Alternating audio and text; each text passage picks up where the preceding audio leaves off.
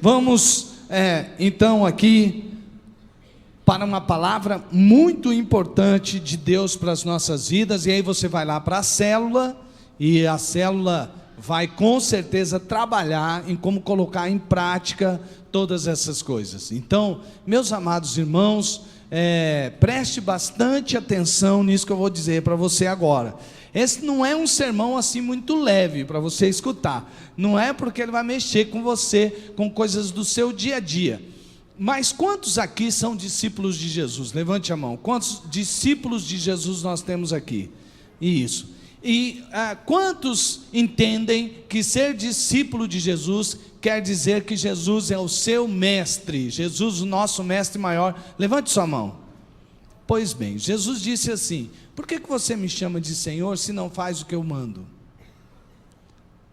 É essa questão aqui. Eu estou dizendo isso para começar, amados, porque não é um sermão fácil de escutar, entendeu? Então, se nós temos Jesus como Senhor, para começar a assistir esse sermão, a gente tem que pensar assim: deixa eu me preparar, porque se eu tenho que fazer a vontade de Jesus, eu preciso agora escutar de todo o coração, estando pronto para colocar isso em prática. Veja bem, se você manda o seu filho ou a sua filha ou fazer alguma coisa, e ele vai e faz pela metade, ele obedeceu você, sim ou não? Não obedeceu. Você deu uma ordem, ele não cumpriu a ordem por inteiro. Ordem pela metade não é obediência, não é verdade? Se você diz para ele fazer num determinado horário, vai lá agora e faz isso, e ele não vai naquela hora e procrastina, vai depois de umas 2, 3 horas que você mandou, ele te obedeceu, sim ou não? Não, porque obediência é na hora. Você tem que fazer integralmente e no tempo que foi ordenado você fazer, não é verdade?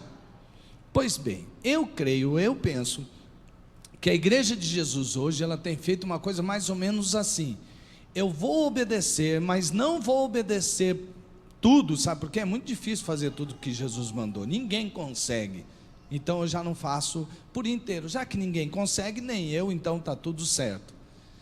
Eu vou fazer o que Jesus mandou, mas eu vou deixar um pouquinho mais para frente, que agora eu não estou preparado para fazer isso que Jesus mandou. A igreja de Jesus, quando faz isso, está obedecendo a Jesus, sim ou não?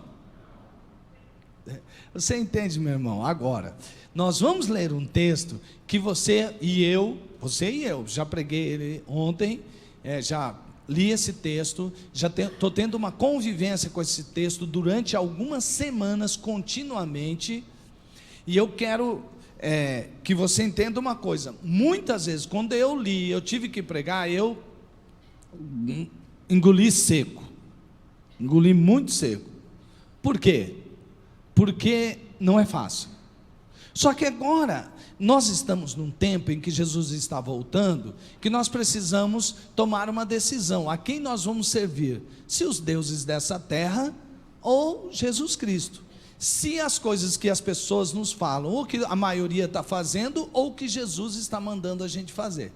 Essa é uma introdução um pouquinho assim, direta e objetiva, porque os irmãos vão perceber que esse realmente é um texto muito, muito objetivo da parte de Jesus para as nossas vidas. Pode colocar aí na tela. Algumas culturas tentam estabelecer a regra áurea dos relacionamentos. Então, por exemplo, dê uma olhada no que o zoroastrismo diz.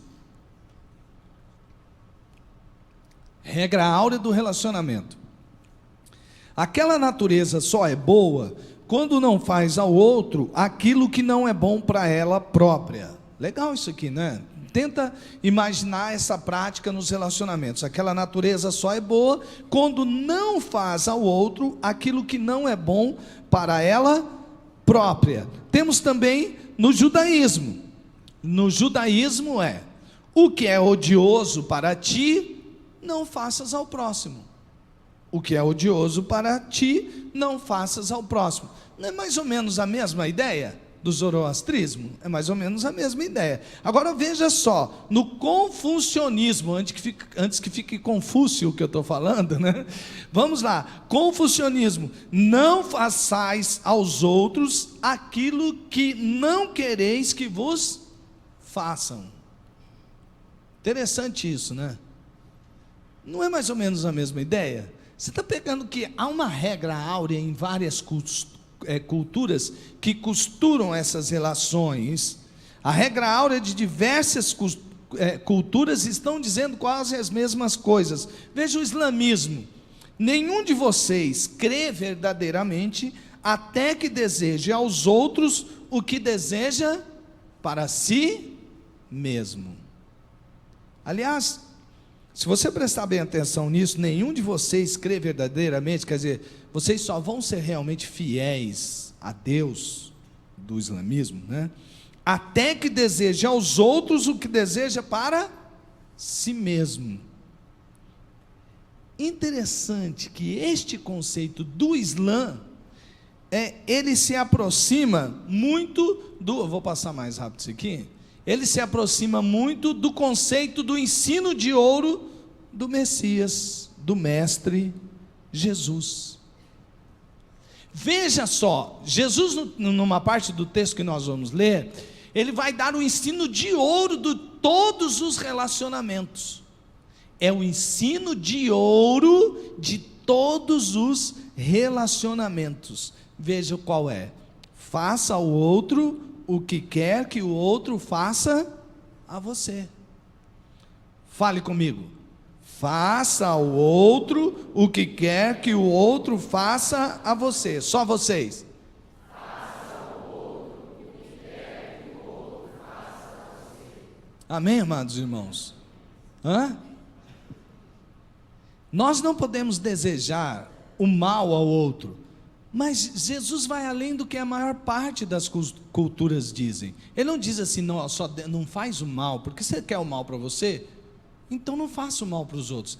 Ele vai além. Ele diz assim: não somente deixe de fazer o mal, mas faça ao outro o que você quer que o outro faça a você. É você tomando a iniciativa, é você dizendo sim e não apenas sendo negativo. Jesus é positivo ao dizer: faça ao outro o que quer que os outros façam a você. Todos querem ser amados, sim ou não? Amados de Deus. Todos querem ser amados, sim ou não? Mesmo aquele que está revoltado e rebelde, não preciso ser amado por ninguém não. Uma hora que ele é amado, já se derrete todo, porque ninguém aguenta muito o fogo do amor queimando, nem o ouro aguenta muito o fogo sem se derreter. E por mais dura que seja uma natureza, nós vamos ler um pensamento desse, ela não resiste o fogo do amor, logo se quebranta. Então, se todos querem ser amados, o que nós devemos fazer? Procurar alguém que nos ame? Amar. O problema nosso é que sempre quando a gente ouve uma mensagem, a gente não lê ela para nós mesmos. A gente diz que sim, mas na maioria das vezes não. Quando você me ouve aqui na frente, você fala, muitos estão pensando, porque também eu já ouvi muitas pessoas e pensei assim. Não estou dizendo que todos fazem isso, eu acho que é a maioria. Nós dizemos assim: ele vai pregar isso aí, mas será que ele vive o que ele prega?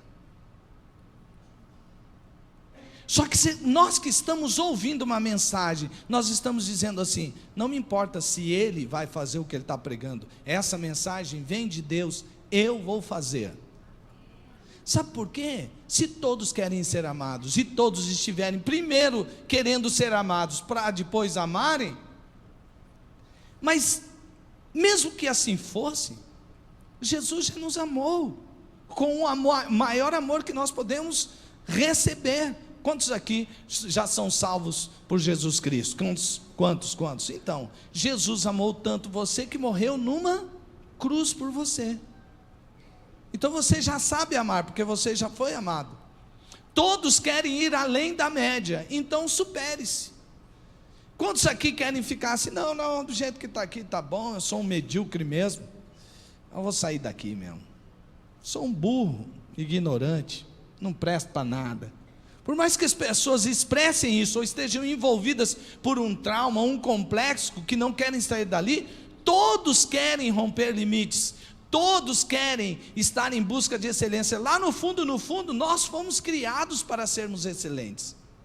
Então, se todos nós queremos ir além da média, o que nós devemos fazer? Superar os limites. Todos querem ser perdoados, é ou não é verdade? A culpa corrói, a culpa pesa, a culpa nos faz viver nos porões da autoimagem baixa, da depressão, do complexo de inferioridade. A falta de perdão faz isso conosco. A nossa culpa é pesada demais sobre nós. Deus sabia disso, por isso que Jesus entregou-se, derramando o seu sangue, como nós já relembramos aqui na ceia, por amor a mim, por amor a você. Você já foi perdoado, você sabe como perdoar, perdoe.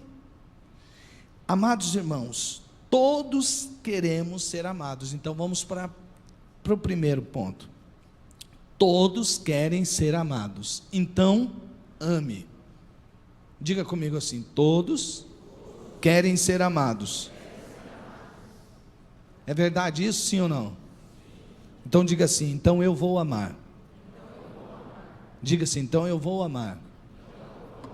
Amém? Veja só, Lucas 6, 27 e 28. Mas eu digo a vocês que estão me ouvindo: amem os seus inimigos. Não falei que ia ser difícil? Amados irmãos, amar os inimigos, já começou a coisa a ficar pesada aqui.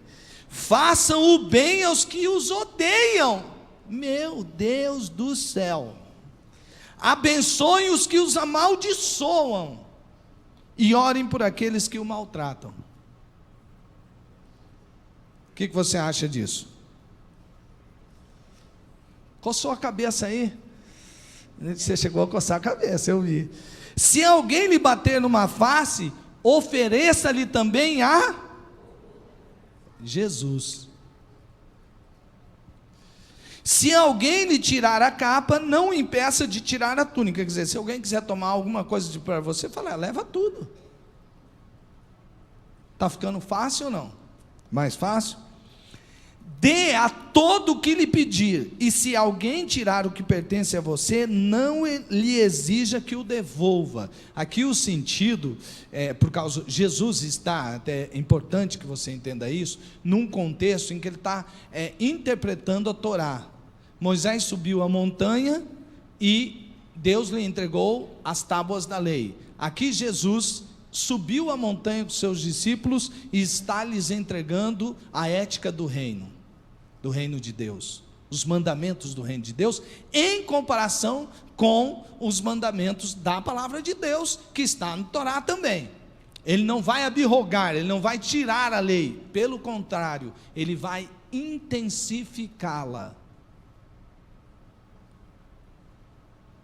Dê a todo o que lhe pedir, e se alguém tirar o que pertence a você, não lhe exija que o devolva, porque ele podia fazer diante da lei de Moisés isso: se você tomar a minha capa, você vai ter que ser processado, porque a capa é quase como se fosse a identidade da pessoa. Se você roubar, você vai ser levado num tribunal e você vai ser condenado.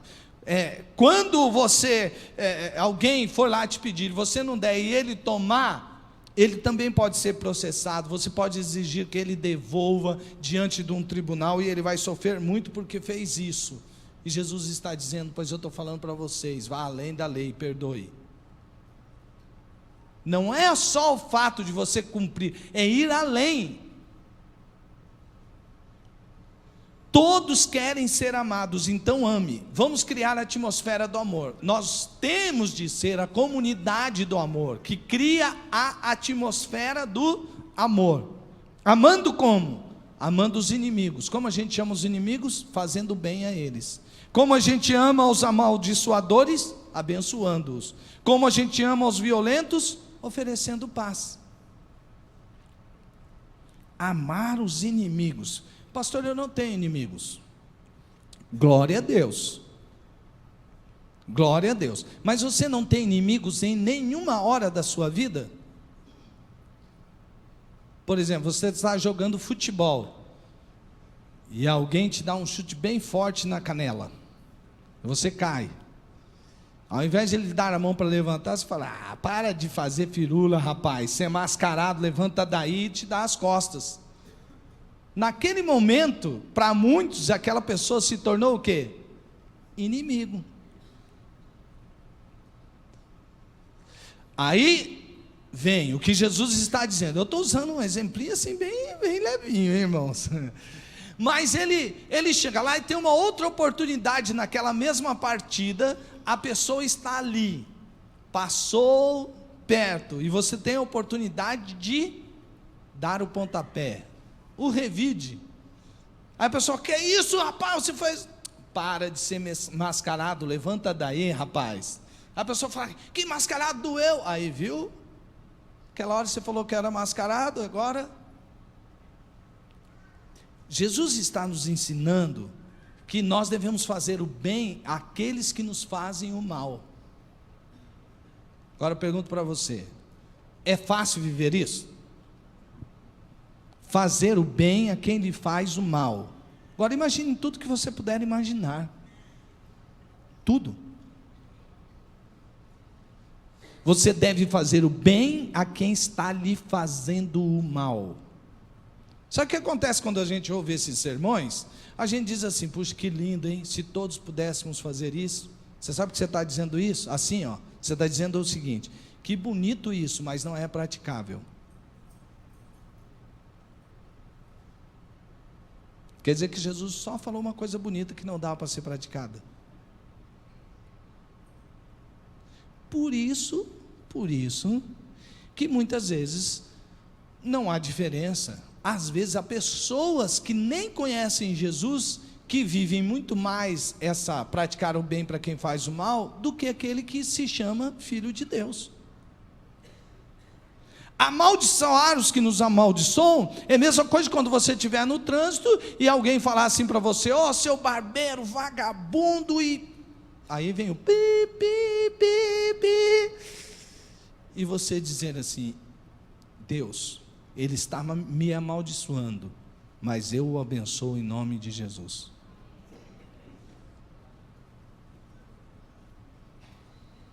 Complicado isso. É fácil falar agora aqui, que você está de cabeça fria, num ambiente, numa atmosfera onde tem amor aqui, mas no trânsito lá fora não é tão fácil assim, não é verdade? Isso aí você pode levar no ambiente onde você fica mais nervoso. Onde é que você costuma ficar mais nervoso? Pelas pessoas serem mais hostis, críticas e agressivas. Sim, agressividade até chegar ao ponto da violência, de atingir você com violência, e ao invés de você revidar, porque o contexto, se você lê o contexto todo, Jesus está falando assim: ouviste o que foi dito pelos antigos? Olho por olho e dente por dente. Mahatma Gandhi diz que se for olho por olho, todos nós já estaríamos cegos. Olho por olho, dente por dente, cegos e banguelas, eu acrescentaria. Todos banguelas e cegos. Nós devemos oferecer paz àqueles que praticam a violência contra nós. Todos querem ser amados, então ame. É esquisito falar isso quando se fala sobre amor, né?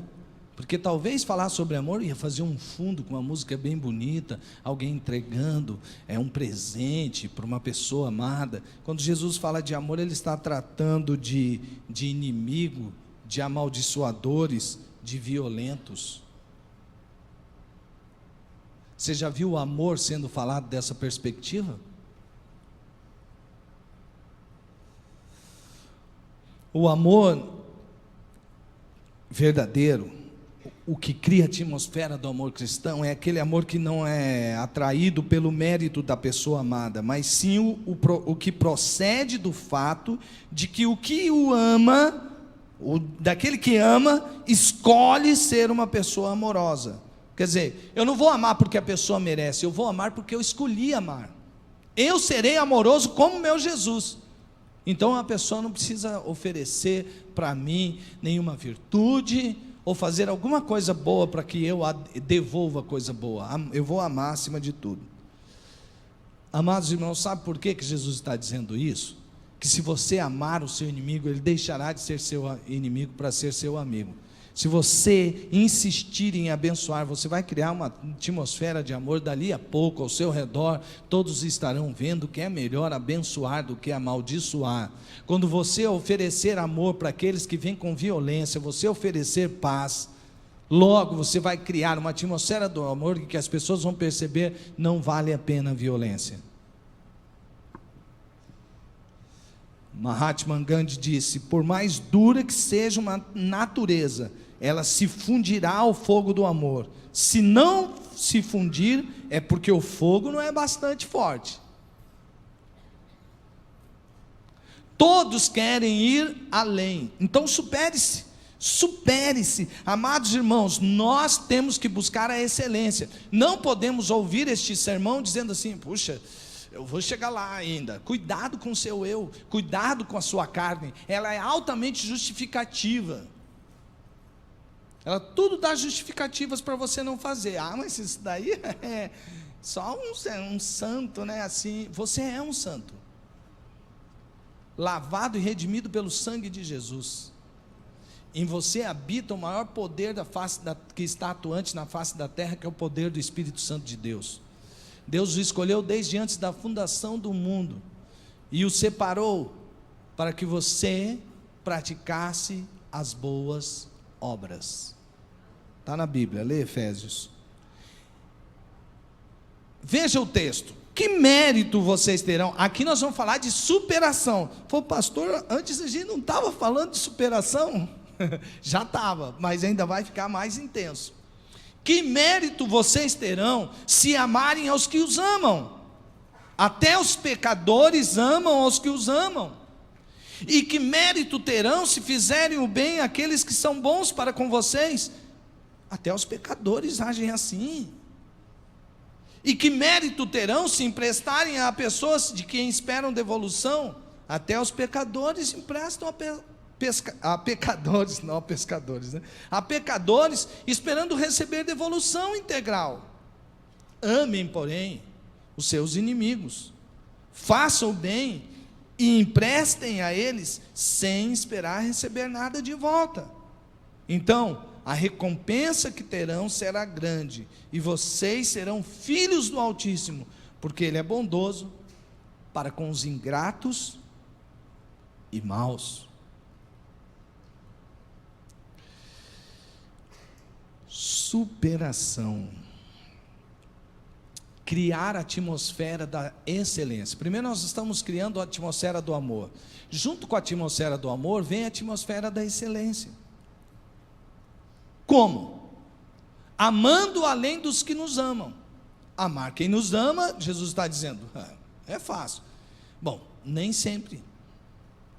Às vezes você sabe que alguém lá de dentro da sua casa ama você, mas quando ele faz alguma coisa contra você, você já, opa. E talvez ali sejam os ambientes mais difíceis de se cumprir o tempo todo, o que Jesus está ensinando nesse seu ensino de ouro. Fazendo o bem não somente como retribuição. Fazer o bem, para quem está me fazendo bem, eu estou quase que pagando o bem que foi feito a mim. Jesus está dizendo não. Não tem gente que quando recebe, tem gente, vamos por a maior parte de nós agimos assim, pelo menos das pessoas que eu conheço, isso são as pessoas que eu conheço, talvez não tenha nada a ver com você, mas a maior parte das pessoas que eu conheço, incluindo a mim, geralmente quando a gente recebe presente de alguém no nosso aniversário, que nunca se esquece do presente nosso de aniversário, a gente também no aniversário dele quer dar um presente de aniversário. Aí ele sempre me dá presente de aniversário. Você já deu presente de aniversário para quem nunca te deu presente de aniversário? Ou geralmente a gente fala assim, ele não lembra do meu aniversário, por que eu tenho que lembrar do dele? Jesus está falando assim, não faço bem por retribuição, faço bem, porque faz bem fazer o bem a todos. emprestando sem querer recompensa. Deixa eu dizer uma coisa para você, essa questão de emprestar, e principalmente dinheiro, pode complicar relacionamentos, não é verdade? Você era amigo do seu amigo, até que você emprestou dinheiro para ele. Depois que você emprestou dinheiro para ele e ele não pagou, parece que a coisa virou não tanto porque você tenha cobrado, mas ele te evitou, porque ele sabe que se encontrar com você, ele vai lembrar, preciso pagar essa pessoa, então ele começa a te evitar. E às vezes você até está falando assim, não, mas deixa, você me paga quando puder. Mas a pessoa já diz, não, vou evitar. Não é assim? Porque nós criamos na nossa cultura a questão de que você emprestou, você tem que pagar. Se você não pagar, você já se torna réu. E o certo é que quem deve a alguém tenha que pagar, não é? Não devais nada a ninguém a não ser o amor. Então o certo é não dever nada a ninguém. Mas isso é a regra ou isso é espiritualidade saudável para quem entende de espiritualidade saudável e quer sempre estar em dia com as suas contas, sejam elas materiais ou psicológicas. Agora, pense, você vai lá e empresta o dinheiro para alguém, e essa pessoa não lhe paga. Aí você vem e fala com o seu líder de célula, já falei com fulano, não está mais resolvendo, então eu quero dizer uma coisa para você, ele está errado, eu emprestei dinheiro a ele e ele não me pagou. Aí você já contou para o seu líder de célula. Aí você falou, não, mas ele é meu pastor, tal. Aí falou, então vamos lá falar com ele. Será que é isso que a Bíblia ensina? Jesus está dizendo aqui o seguinte, quando você emprestar, ninguém mais vai saber disso, e se a pessoa não devolver para você, morreu o assunto. Falei que a gente ia engolir seco? Quem aqui quer emprestar um dinheiro para mim, depois dessa? Se eu não lhe devolver, morreu o assunto, e aí? Beleza? Amados irmãos, tem gente que diz assim, não pastor, você não está entendendo. Sabe por que eu estou falando isso do irmão ali? É que pastor, ele me emprestou uma grana, que eu emprestei, eu nem tinha que emprestar. Então agora eu não estou podendo pagar a conta de energia e nem a conta de água.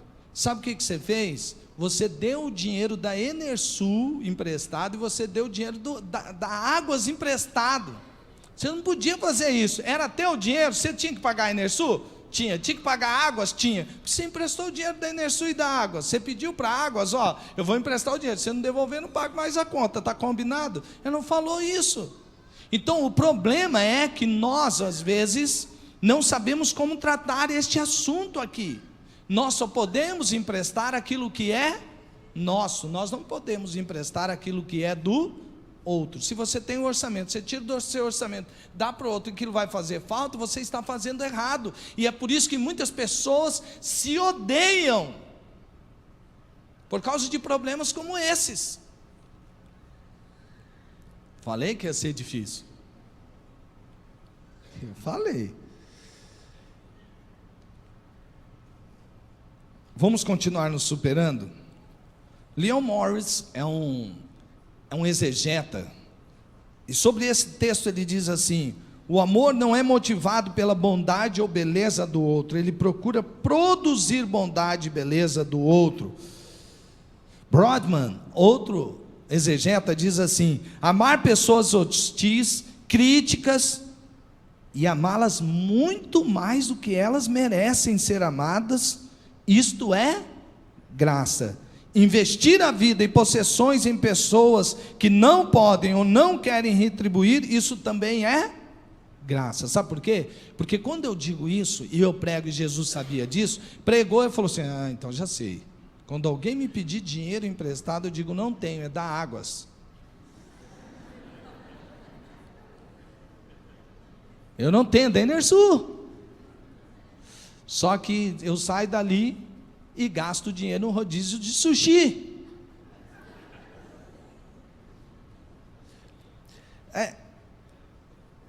Jesus está falando: não fujam de quem lhes pedem alguma coisa, não fujam. Se não puder resolver de um jeito, você pode resolver de outro. Por exemplo, Pedro entendeu muito bem esta mensagem. Quando um paralítico pediu para ele esmola, porque era só o que o paralítico sabia pedir, era esmola, porque ele não tinha mais jeito de andar, ele falou assim: eu não tenho ouro e nem prata, e era verdade, não era mentira de Pedro, mas o que eu tenho, eu levanta e anda. Você acha que ele preferia esmola ou levantar e andar?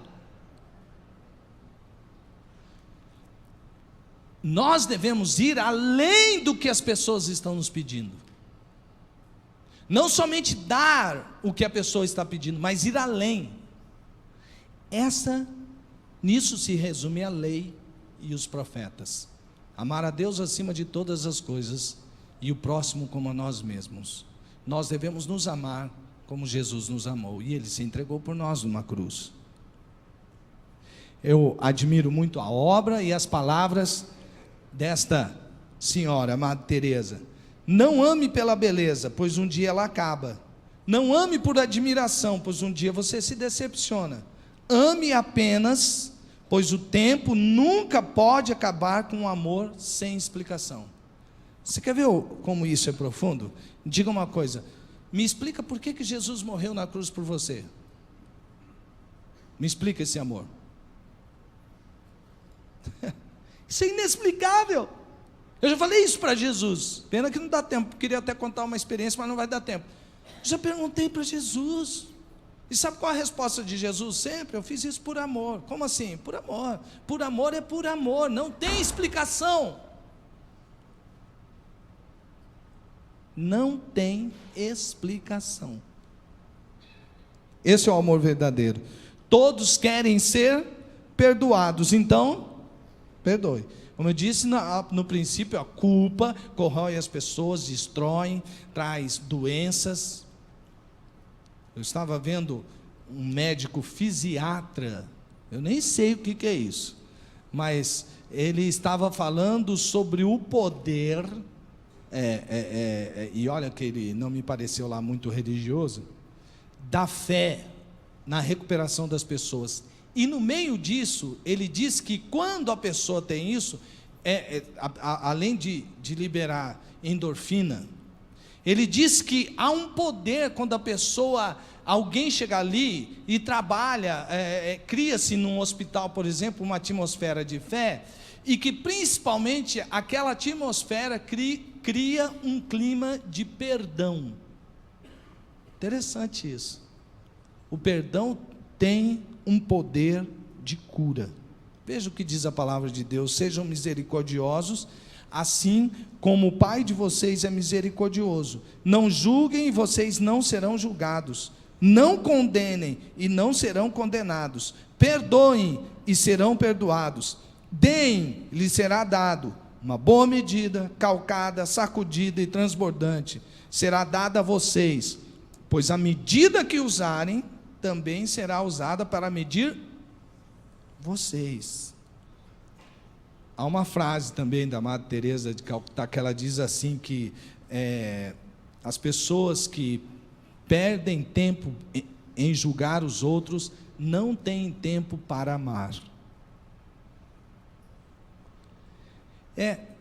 Amados, todos querem ser perdoados, mas é tão difícil quando você sofre um dano perdoar, a menos que você seja capacitado para perdoar. É ou não é verdade? Não julguem ninguém com a intenção de condenação, porque Deus não condenou você, apesar de merecer condenação. Quer ver se é ou não é verdade? A Bíblia diz que todos os pecados destituídos estão da glória de Deus. Quem aqui nunca pecou, levante a mão. Se levantasse, ia estar cometendo o primeiro pecado da vida, da mentira, né? Mas todos nós pecamos. Agora o que diz o texto? Esse é o texto de Romanos 3:23, mas o que diz Romanos 6:23? Que o salário do pecado é a morte. Todos vocês disseram que pecaram. Então, o que todos nós merecemos? Mas Deus não fez isso com você. Ele não condenou. Ele enviou o seu Filho não para condenar o mundo, mas para perdoar. E se Deus fez isso com você, tenha um coração aberto para o perdão, porque Deus perdoou você, apesar de você não merecer. Veja o que diz o exegeta Brodman: quando perdoam, abre a sua vida para a graça. A única maneira pela qual uma pessoa pode ser aberta para a graça de Deus é reconhecer que é pecadora. Quando eu reconheço, estou em erro e sou perdoado, eu estou pronto a perdoar também. Carr diz: aquele que retalia pensa que está resistindo à agressão de modo varonil. Na realidade, está se entregando incondicionalmente ao mal.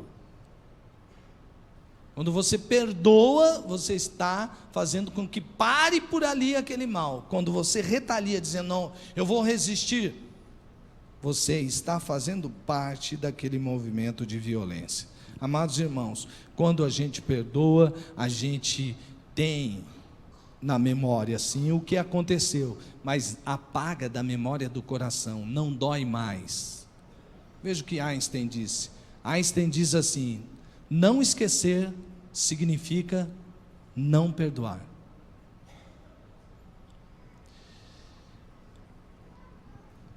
Vamos ficar em pé.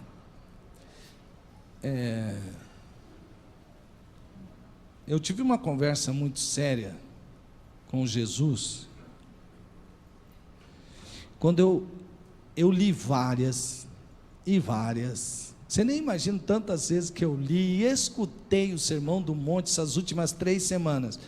Além de estar lendo os 40 dias que falava sobre o Sermão do Monte. Deixa eu dizer uma coisa para você. Quando eu lia várias vezes o Sermão do Monte, eu disse assim: Jesus, vou ser sincero. Ser sincero, a gente tem que ser sincero. Eu não consigo fazer isso aqui. Eu já até tentei, mas não dá para mim. Não dá. Não, Jesus, eu até já falei para o Senhor, Jesus, eu me rendo, eu não consigo. Não é que eu tentei fazer pelas minhas próprias forças, não. Eu pedi para o Senhor, Jesus, eu quero fazer isso aqui. Mas Jesus, eu não consigo. Eu não consigo. Eu não consigo. Eu não consigo. Eu fui convidado para pregar. Nesse tempo que eu estava falando, tendo essas conversas com Deus, porque parece que às vezes Deus não responde para a gente, né? Parece que tudo fica silêncio. Eu acho que Deus simplesmente, eu já te respondi várias vezes, você não entendeu, deixa eu te responder de outro jeito. Eu fui convidado para pregar num congresso que eu já de pronto diria não, mas aí sabe quando aquela voz diz assim, não, é para você ir pregar nesse congresso? Era para eu pregar para eu mesmo, além dos outros, porque sabe o que era o versículo principal? O versículo daquele congresso, que depois eu entendi, Deus, agora eu sei o que o senhor está falando. Jesus disse assim, porque o texto do congresso era: sem mim nada podeis fazer. Eu disse assim: Deus, um ateu, ele não faz nada? Claro que faz. Inteligente, compra, vende, tem sucesso, prosperidade. Tem muitos ateus que escrevem livros e livros, inteligentes por sinal. Eles fazem um monte de coisa, eles têm família, criam bem às vezes seus filhos, tudo mais. Como assim, sem mim nada podeis fazer? Sem mim nada podeis fazer. Sabe o que Jesus me diz? O que eu mando você fazer, você não vai conseguir fazer sem mim. Fazer as coisas normais, todos fazem, porque o sol nasce sobre bons e maus. Mas fazer o que eu falei para você fazer, você não vai fazer, se não negar de verdade você mesmo e permitir que o meu Espírito encha você. A minha luta constante é contra a minha carne. Se um pai aqui da terra sabe dar boas dádivas aos seus filhos, muito mais um Pai Celestial saberá dar tudo aquilo que nós precisamos, e principalmente aos que pedirem o quê? O Espírito Santo. Bom, se eu peço para ser cheio do Espírito Santo, eu não sou cheio do Espírito Santo, está errado o texto? Não, o Pai do céu não é bom? Ele não quer que eu seja cheio do Espírito? Quer. E por que então que eu não sou cheio do Espírito? Porque eu estou cheio de mim mesmo. Esse texto é doideira, gente, é loucura.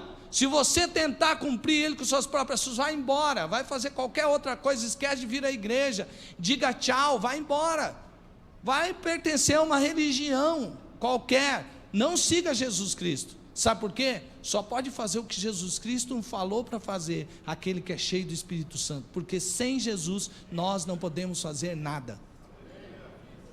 E nós precisamos desse avivamento nesse tempo. Cristo tem que voltar a ser o centro da igreja de hoje. Feche seus olhos. Pai, eu te peço que os meus irmãos possam ir com essa palavra no coração e desenvolvê-la. Que o teu Espírito desenvolva esta palavra no coração deles. Eu te peço, ó Deus, em nome de Jesus, que o amor de Deus Pai,